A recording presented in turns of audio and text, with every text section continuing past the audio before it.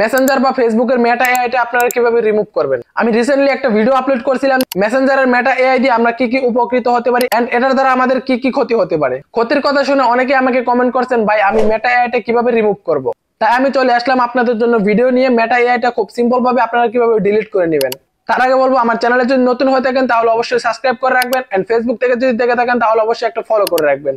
শেষে আপনাদের জন্য খুব গুরুত্বপূর্ণ একটা টিপস রয়েছে, তাই বলবো ভিডিওটা ভুলেও স্কিপ করবেন না। সো চলেন কথা না বেরিয়ে আজকের ভিডিওটা শুরু করা যাক।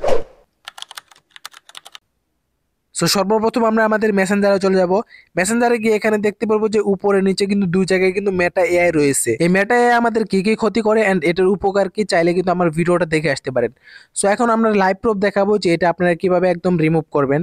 সো এটা করার জন্য আমরা কি করব, প্রথমে আমরা অ্যাপ থেকে বেরিয়ে যাব এন্ড আমরা মেসেঞ্জার অ্যাপটাতে লং প্রেস করে ধরে এখান থেকে উপরে দেখতে পারবো অ্যাপ ইনফো।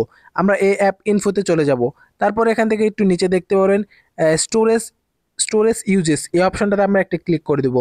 ক্লিক করা হয়ে গেলে এখান থেকে দেখবেন যে ক্লিয়ার ডাটা। সো আমরা এই ডাটাকে ক্লিয়ার করে দেবো। ডাটা ক্লিয়ার করে দেওয়া হয়ে গেলে নিচে দেখবেন ক্লিয়ার কেস। সো এটাকেও আমরা একদম ক্লিয়ার করে দিব। ক্লিয়ার করা হয়ে গেলে আমরা এখান থেকে বেরিয়ে চলে যাব। তারপর এখান থেকে আমরা আমাদের মেসেঞ্জারটা কিন্তু আবার সেমভাবে লগ ইন করে নিব। আগে এখান থেকে আমরা ওপেন করব না, জাস্ট এখান থেকে লগ ইন করে আমরা এখান থেকে বেরিয়ে যাব। এখান থেকে আমরা কন্টিনিউ ক্লিক করে আমাদের পাসওয়ার্ডটা দিয়ে আমরা এখান থেকে লগ ইন করে নিলাম। লগ ইন করা হয়ে গেলে আমরা চলে যাব আমাদের গুগল প্লে স্টোরে। সো এখান থেকে প্লে স্টোরে গিয়ে আমরা মেসেঞ্জার লিখে সার্চ করব, দেখবো যে আমাদের মেসেঞ্জারটা আপডেট চাইছে কিনা। সো এখান থেকে আমরা মেসেঞ্জারটা লিখে ক্লিক করে দিলাম। তারপর এখানে দেখতে পারবো যে আমাদের মেসেঞ্জার কিন্তু কোনো আপডেট চায় না। যদি এখান থেকে আমরা আপডেট দিই তাহলে কিন্তু পরবর্তীতে আবার কিন্তু আমাদের মেটা এআইটা এখানে এসে যাবে। সো এখন আমরা এখান থেকে ওপেন করে নিচ্ছি। এখন ওপেন করা হয়ে গেলে দেখতে পাচ্ছেন আমাদের কিন্তু মেটা এআইটা কিন্তু এখান থেকে চলে গিয়েছে। আমাদের এই দুই জায়গায় যে মেটা এআইটা ছিল সেটা কিন্তু এখন আর মেটা এআই নাই। সো এটা কিন্তু আবার পরবর্তীতে আসতে পারে, তখন আপনারা কি করবেন সেটা নিয়ে কিন্তু এখন গুরুত্বপূর্ণ একটা টিপস দিব আপনাদেরকে।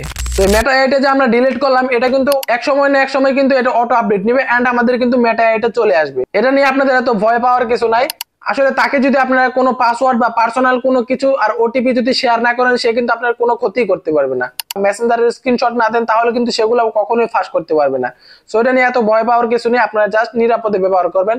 আর তাকে ইউজ করতে পারেন কোনো ফটো বানানোর জন্য বা কোনো তথ্য আইডিয়া এগুলো করার জন্য, কিন্তু আপনার কোনো পার্সোনাল পাসওয়ার্ড বা ওটিপি এগুলো কিন্তু কখনোই শেয়ার করবেন না, তাহলে এটা আপনাকে কোনো ক্ষতি করতে পারবে না। আশা করি আমার কথাগুলো আপনারা বুঝতে পারছেন। সো বন্ধুরা, ভিডিওটা এই পর্যন্তই। কেমন লাগলো আশা করি আপনাদের অনেক ভালো লেগেছে এন্ড আপনাদের অনেক উপকার এসেছে। যদি ভিডিওটা ভালো লেগে থাকে চ্যানেলটাকে অবশ্যই সাবস্ক্রাইব করে রাখবেন। ধন্যবাদ।